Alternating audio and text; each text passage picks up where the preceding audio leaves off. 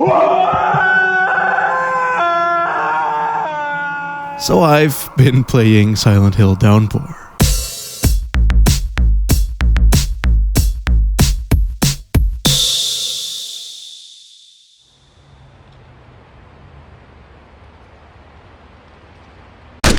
And so, the last remaining Team Silent remnant was kicked off the team. He knew his samples and didn't know his lore, but off to greener pastures he went. Well, I mean, you know. Yeah, the Silent Hill license had been shopped around like the filthy little host slut that it is. Konami clearly didn't want it to die, but it seemingly also couldn't have given less of a fuck about in what state of living it was supposed to be kept. I mean, a lot of people point the finger at Tom Hewlett, aka the dude who became the series' official spokesperson, but in many ways, that's really also all that he was. He wasn't a director, or a writer, or a super hands-on producer, he was just a fan, in the wrong place at the wrong time. Good luck telling that to the angry fanholes, though. That pre-Kojima leaving Konami rage had to be directed somewhere, and with Konami having yet to be outstood as the villain, poor Tom became the face and the name. Not that the rage itself was unwarranted, by the way, because holy shit. Silent Hill Homecoming certainly was, something. It's rare for me to really end up disliking a game, but it and Origins certainly came pretty fucking close, which says a lot given that even Left Alive wasn't fully given that honor. In either case, I wasn't the only one to feel this way, and so now, once again, the series would be shipped off to another studio, Vatra Games, aka the people behind Rush and Attack Expatriate. Who the fuck vets these people? How the hell is that even a credible AAA resume? And therefore, it stars Murphy, who's a prisoner led to Silent Hill, blah blah blah, generic reviewer plot synopsis. Shit's basically mostly Silent Hill 2, Blockhead included, just a smidge more X-Files-y in tone. Also, the gameplay is wholly different, turning the town into more of a small open world, with it keeping elements from both Homecoming and Shattered memes, being that chase sequences, door openings, and the ever so lovely weapon durability, but also the very detailed, tense, comfy, cozy location exploration.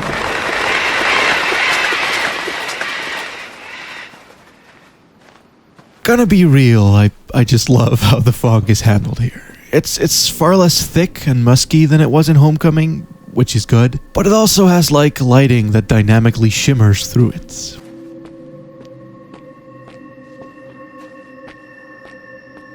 There's a certain softness about it that blends really well with the dimmed but not desaturated color palette.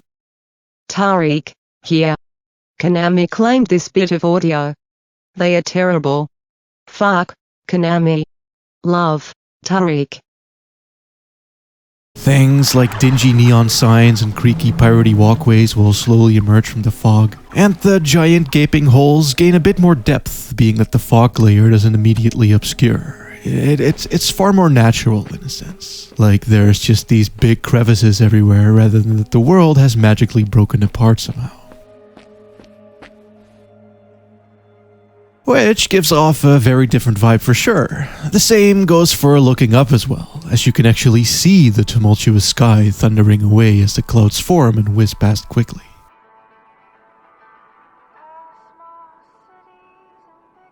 I also love how the trees look. They're almost all black, entirely leafless, yet still covered in tiny little twigs, which, combined with the fog and the well-aliased distance rendering, makes for a very pleasing image. Honestly, the texture work and general area design is really great overall. Shit looks rather rustic, with a strong sense of contrast and autumnal details.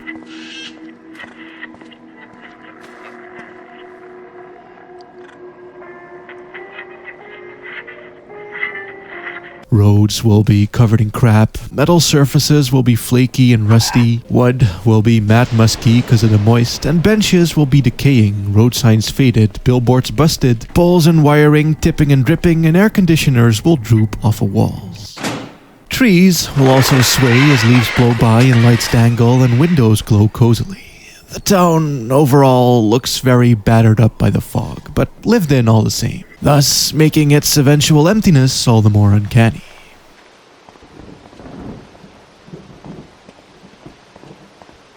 For example, you'll enter diners with burgers still on grill, jukeboxes lit but windows boarded, flies infested, and flyers left decaying on table. And apartments with fireplaces flaming, electricity running, but,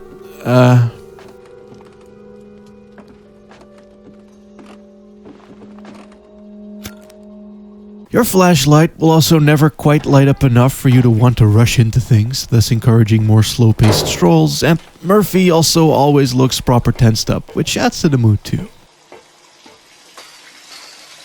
As does the now more dynamic music, by the way, droning away in the background, leaving more room for environmental sounds like the rain, wind, or the creaking of the trees, and using cues to punctuate shit when needed.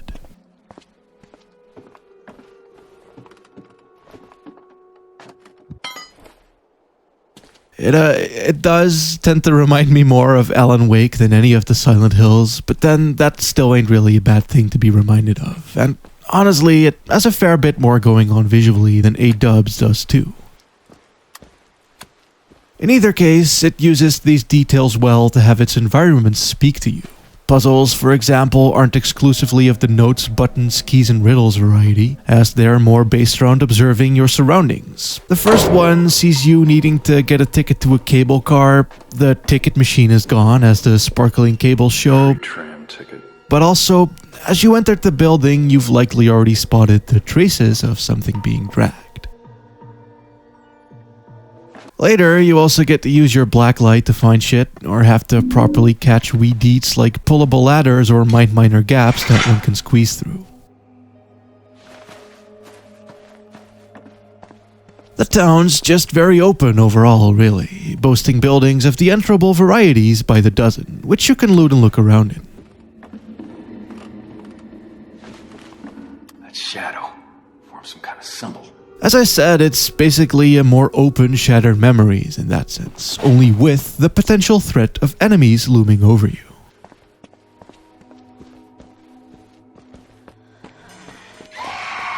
And I fuck with that quite a lot. Silent, spooky exploration, rummaging through drawers, reading flyers, getting some rewards, it's all pretty immersive and satisfying, especially with it also including many a random vignette. You can enter a random optional house through a basement window, only to hear a woman crying.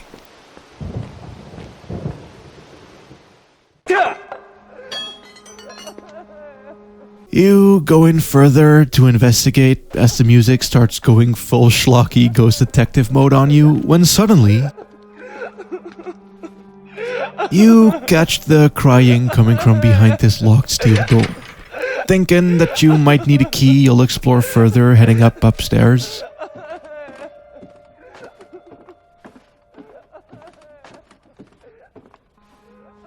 Only to find nothing, but the moment you go back down, past the well-placed for spooks iron door, you'll notice that the crying has subsided. So, you try the door again, with it now being open.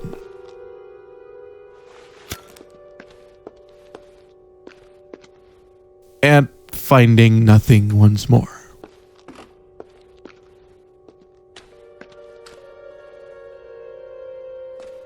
My walk back to the exit was pretty fucking intense, not gonna lie. Same as it was in Silent Hill 1's locker room or 3's mannequin storage. And I love the fact that I stumbled across it completely on my own. Not to mention the Heartless Man sewer sequence.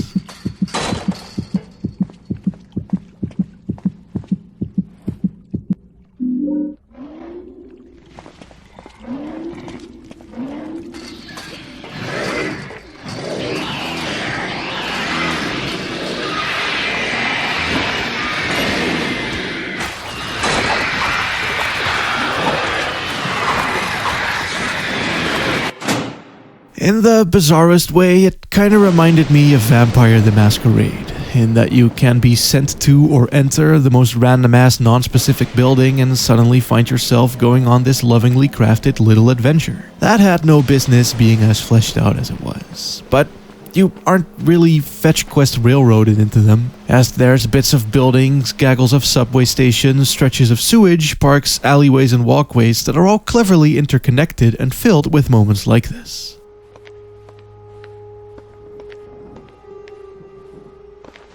The game in general seems to reject the rigid structures of all Silent Hill games past. Major area, town, replacing it with many more smaller locations that feel like they could be major areas, but end up being optional or just a simple way to pass on through.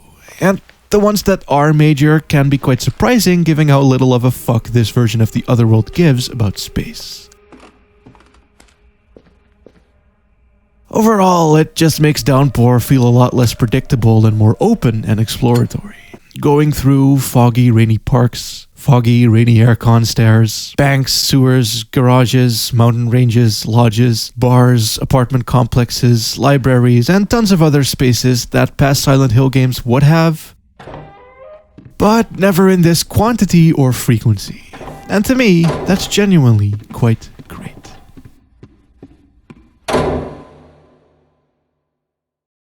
Now, said Otherworld is a bit more funhousey in its color palette and design, but still pretty neat all the same. The camera's used really well here for one, doing fisheye zooms in long narrow hallways, making for big claustrophobic. And it even gets jerked away from you, classic style, only now in this really confronting distant sort of way. Still maintaining the eye of fish to make shit look large, open, and oppressive, not focusing on the details, but instead putting them as far away from you as possible, perfectly contrasting the close cozy vibes of the normal world. Thought was put into this, pretty much. And it serves as both a cool reinvention of what the old games did, rather than a nowhere near as good retread like what Origins and Homecoming pulled, and an expansion of the ideas as seen in Shattered memes. Being that you also get the chase in the form of this big, abstract, black hole looking ass thing that sucks, thus requiring you to run, knocking over cages to slow it down because I guess black holes just really don't like mild inconveniences being laid out in front of them.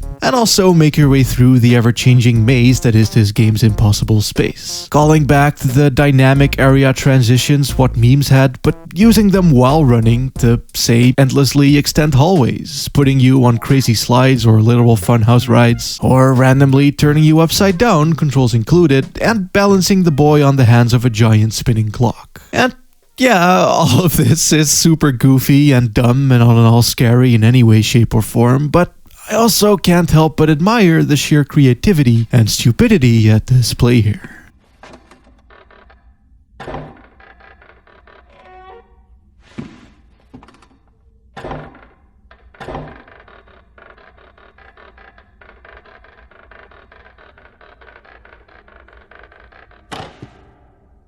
Though, I will admit that the angles and 2D controls paired with the door opening gimmick that feels pretty pointless now anyway isn't an amazing combination, to say the least. But hey, at least the base game handles well. Walking speeds, camera controls, even the combat, it feels and plays quite naturally, which isn't something I could say for the game before it, hence why it's somewhat noteworthy here.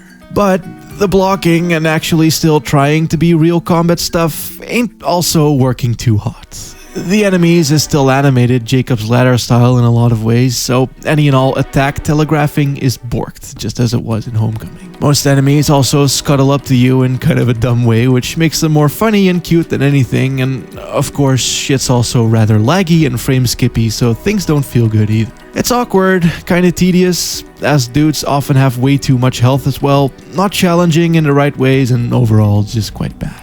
For instance, there's an enemy type that hangs from the ceiling where you can't hit it and only drops down to either quickly hit you or to stun lock you into a corner and then jump back to the ceiling again. If you're lucky, you can stun lock it back, but needing to rely on the game being broken gave me one too many flashbacks to Homecoming. Plus, the moment that you end up fighting more than one enemy, the lock-on goes fuck, causing one to hit the air a lot, or to not be able to finish off ground-bound motherfuckers fast enough lest they get back up again. Also, for some odd reason, you can chuck your weapons with R2, which also doubles as the map button in menus, so very often when I wanted to check the map, I ended up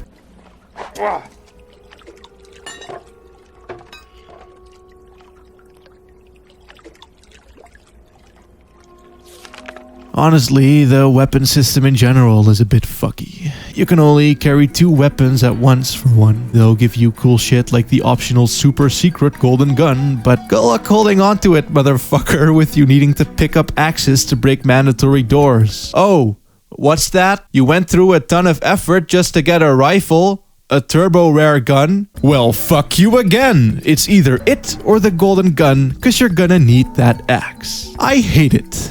Having to look for weapons sucks. Getting locked out of areas you left a weapon in what you wanted to come back for sucks. Having a weapon break mid-battle sucks. It just kinda sucks. So, while the tone of the story is a bit Western TV showy, it is quite well executed. Cutscenes is well directed, the score has that Hollywood flair about it, being that it is an actual score. The voice acting is mostly decent, and when it isn't, it still carries that distant off-kilter vibe, and overall it just sets itself up very well. Showing our boy Murph killing a dude, sulking around the prison for a bit, getting shit-talked by the guards as he remains stoic, it establishes the tone and Murph perfectly. The same way Silent Hill 2 and 3's openings did, simply by showing our main characters in their natural state and interacting with people. I was definitely pulled in by how blatantly schlocky and X-Filesy shit was. Fucking Mystery McMailman shows up all like, "Well damn Murphy, all the roads is out. It's the darndest thing." Which is a level of cheeky cheese that this series don't typically deal in, but I'm honestly down with it. Sure as shit beats the homecoming motherfuckers not computing at all at the very least. Though there is certainly something to be said about how the original characters almost wouldn't acknowledge how fucked everything was, but bringing attention to it in this really tongue-in-cheek sort of way is equally effective. Like, there'll be this radio DJ who keeps signaling hidden messages to Murphy all throughout the game. Playing the tunes you want to hear, year after year after year. We've been together a long time, Silent Hill, and we ain't done with each other yet. You see, DJ Rick's got an important news flash for y'all, so perk up them ears. I know we're way out of town.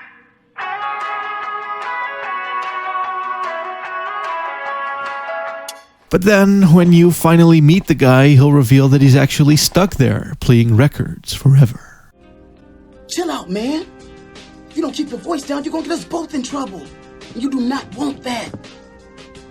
You don't know who might be listening. You understand? Thank God someone finally heard me. I can't even tell you how long it's been just spinning record after record after record, hoping someone... After which, they portray Silent Hill almost as if it's some type of mafia cartel. It's a bit similar to Alan Wake, or more so perhaps to something like what David Lynch would cook up, in that it's really about putting larger-than-life personalities in much larger-than-life situations and then having them make sense of it on their own with their own weird devices. It's Cooper seeing a magic giant while paralyzed and thinking, "Yes, this makes perfect sense. I have all the clues now." Only to then see the straight man, in this case Murphy himself, standing there all confused. Shit works because it lets you relate to Murphy despite him being the equivalent of human cardboard.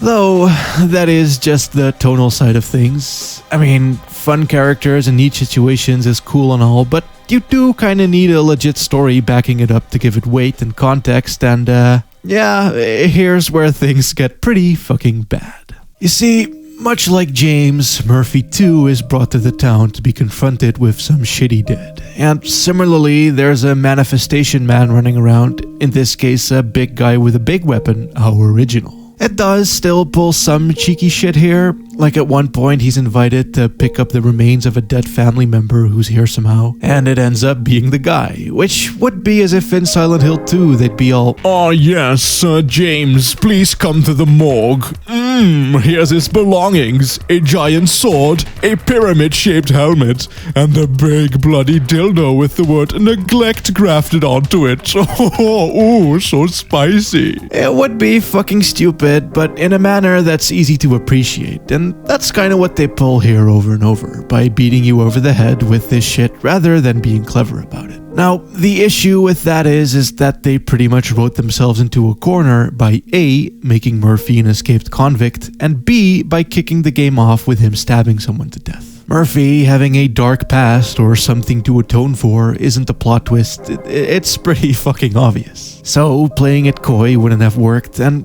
while the zany-ass alternative does make shit entertaining for the most part, it also makes it really predictable and emotionally hollow. Which doesn't match well with some of the voice acting and conversational writing being flat across the board. Just wait a second. Be seeing you around, Murphy. No! Yeah, really feeling the urgency there, Murph. To be fuck, past Silent Hill games weren't always all that well acted either. I know Team Silent was quite meticulous with what they wanted, but still it's pretty foolish to assume it being entirely bereft of fault as a result, because I really don't think it was. But what it was very over the top when it needed to be. Angela would actually scream, Fat Dude would legit sound psycho, Silent Hill 1 lady would be all dramatic and cult-like. It could be kinda goofy too, for sure, but it at least always felt like the actors and writers gave it their all. Shit wasn't flat, so seeing it being that here really kills the buzz when you can tell that it clearly wasn't written to be like that. I mean, this Pendeo over here probably definitely supposed to sound really angry and vicious, but... Come on, bitch, let's see what you fucking got! Pinche cabrona! Fucking get up, bitch! Ne chinga conmigo, puta! Instead, just comes across as if he recorded his lines while his parents were home, thus not being able to get loud properly. And trust me, I know what that sounds like. Same goes for Cop Lady, who is totally very upset, you guys. What the hell are you waiting for?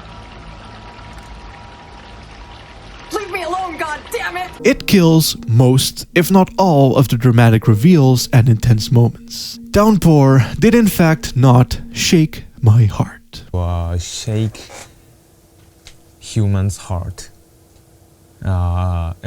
deeply. Overall though, I did still enjoy it. Again, it doesn't at all look, play, feel, or sound like anything Team Silent would have cooked up, and while I could be a giant, big, whiny baby bitch boy over that fact, I also could just, take it for what it is, actually, and comfortably say that it is better off for it. Sure, the story sucks, but it's still entertaining, and while the combat is pretty much entirely god-awful, it's not like there's a lot of it, and also the exploration just outweighs its negativity by loads for as far as I'm concerned. Besides, it justifies that Sci-Fi Channel-ass tone by embodying its Monsters of the Week ethos, being that you can enter a random house and find yourself eye-to-eye with this thing. I really just don't want to understate how fun it is to explore this town. Though I suppose it for sure could have ran a lot better. I even died a few times because of these massive fucking frame drops, and even while casually exploring, shit can get pretty obnoxious. It does run in Unreal 3, so considering that, it's admirably stable when it's not dying, but why even pick Unreal 3 in the first place? I'm sure shit was cheap and perhaps just really easy to work with, and big props to Unreal 4 as well, but Jesus Christ, man. Given that the engine as a whole more or less refused to run on what were at the time the dominant two consoles, as well as it typically not looking all that pleasing with how it rendered hair and faces like goop, I must say that maybe it should not have been anywhere near as dominantly used as it was, regardless of its accessibility. Also, the monster designs fucking suck ass! But at least Downpour actually tries something. It's not an uninspired rehash of old ideas, well, aside from the story. And like I already said, I believe it's far better off for it, because fuck Origins.